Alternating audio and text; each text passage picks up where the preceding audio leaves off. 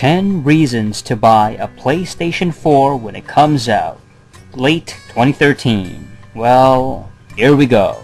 But before we get to this video, let's get to the question of the day.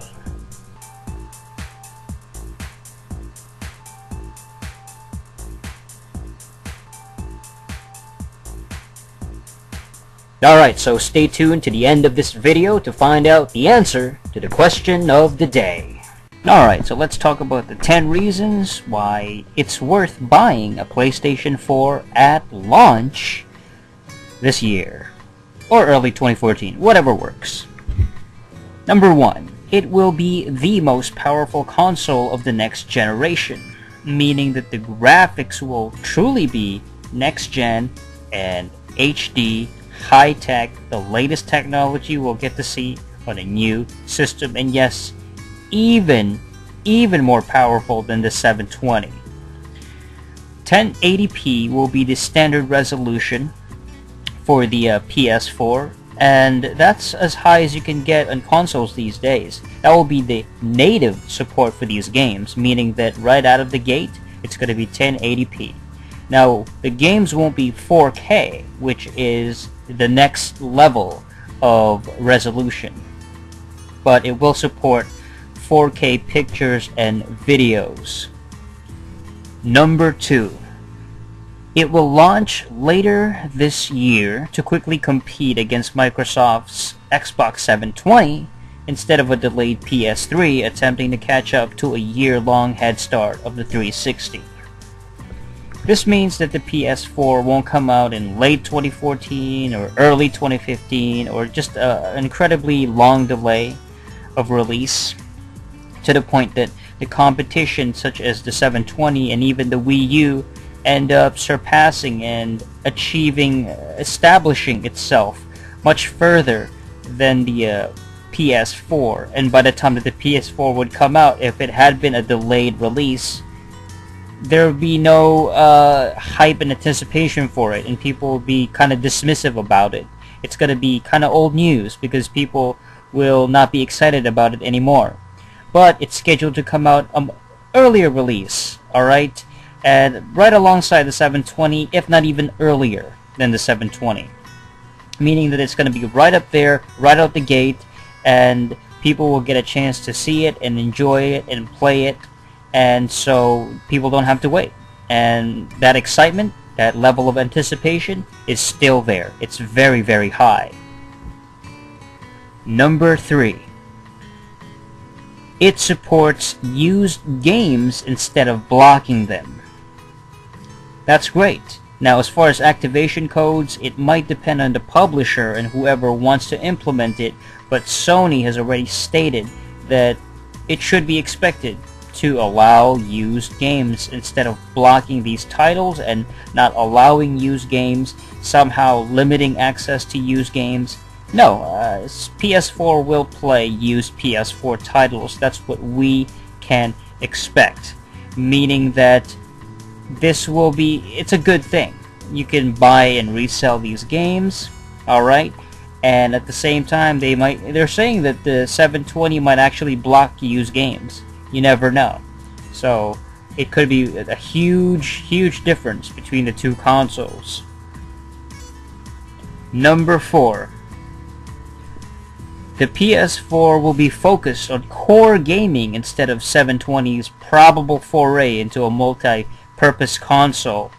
So, instead of being this multimedia thing that focuses a lot on having videos and music and all these other extracurricular crap, the PS4 will be all about the games predominantly.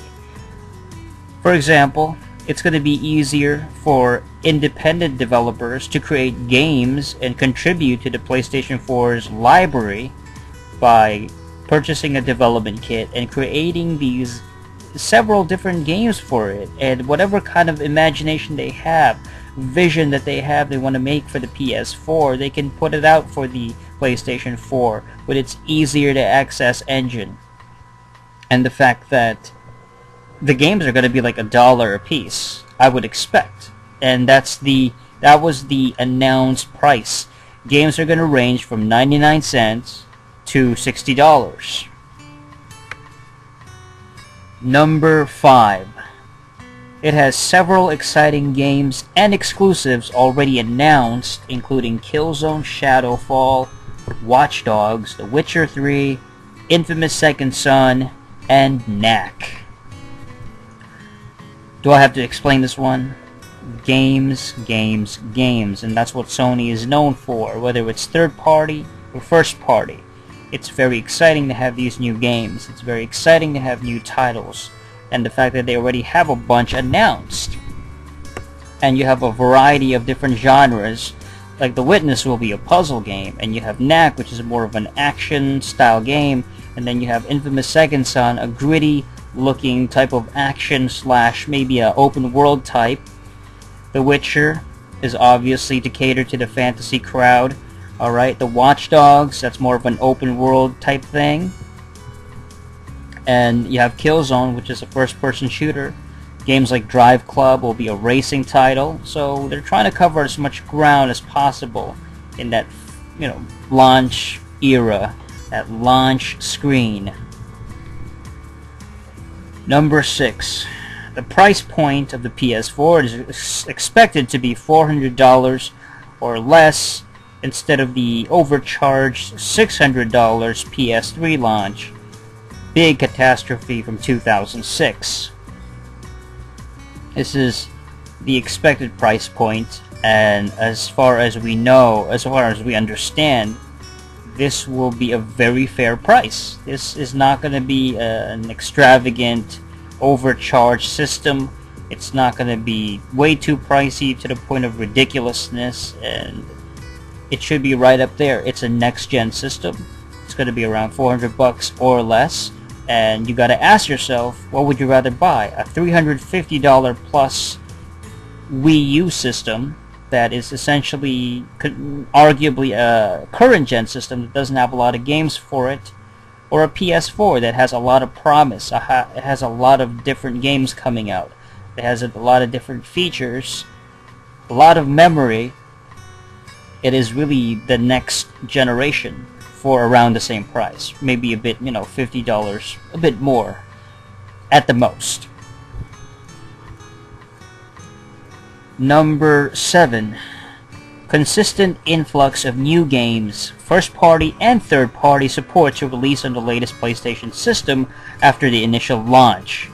Because of Sony's established reputation, and more importantly, it has a more developer-friendly engine, we can expect the PS4 to have a long stream of games, a very constant, non-interrupted stream, a library that just keeps growing and growing. Unlike the Wii U, that doesn't have a lot of scheduled titles for it after months that, it just came out after its launch, and then that was it. 20-something odd games, maybe a couple of games here and there, but it doesn't have a lot of AAA or high budget games coming out for it, high profile titles. Matter of fact, a lot of developers have been skipping out on the Wii U.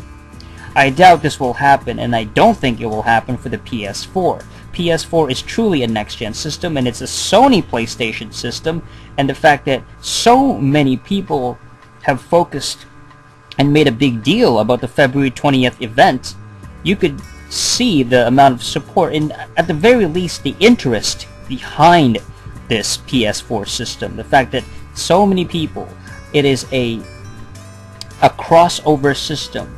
It has touched a nerve. Everybody is excited about it because it's the next gen system. It is a very big deal. Much like the original PlayStation, much like the PS2, and even the PS3, there is a huge amount of hype and people are really going to want to see the games, and I think developers will deliver. They'll keep putting out games for it. Number 8. Games can be streamed and played on the PS Vita, kind of like using the PS Vita as an alternate controller.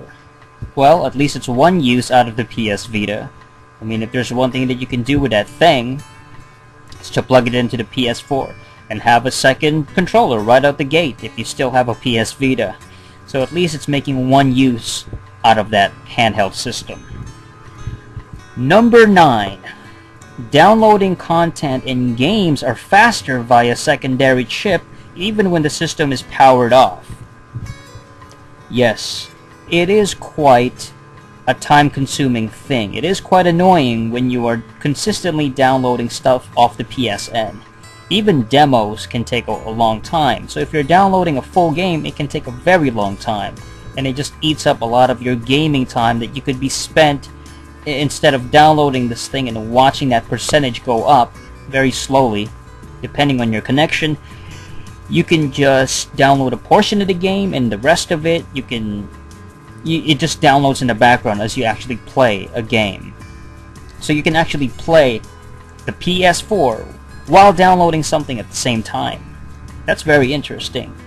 And even when the system is powered off, that will be a very efficient way to actually spend your time, because not everybody has 20 hours to spend downloading video games. Number 10. The PS4 will play used games, as I've mentioned before, but at the same time, it will stream old PS1, PS2, and PS3 titles via cloud streaming. Now this one is interesting because you can expect them to re-release a bunch of stuff for the PS4. Legacy games from the PS1, PS2, PS3, you can expect Sony to retouch them and remake them and just make them HD, and so you can play it via cloud streaming on the PlayStation 4.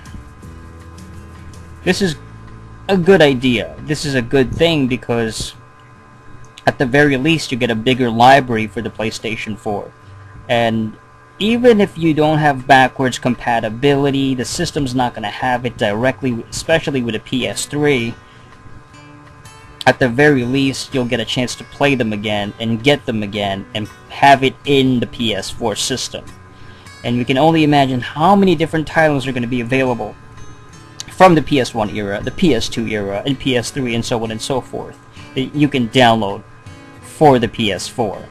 So you can go back and relive those titles all over again, much like what you can do with the PS3 to a certain degree, and even the PS2 with its backward compatibility. So in some ways, Sony's trying to play catch-up.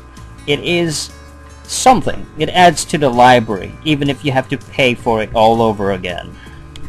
Well, that's pretty much it. That's the top 10 reasons to buy a PS4 right now. Any of these can change.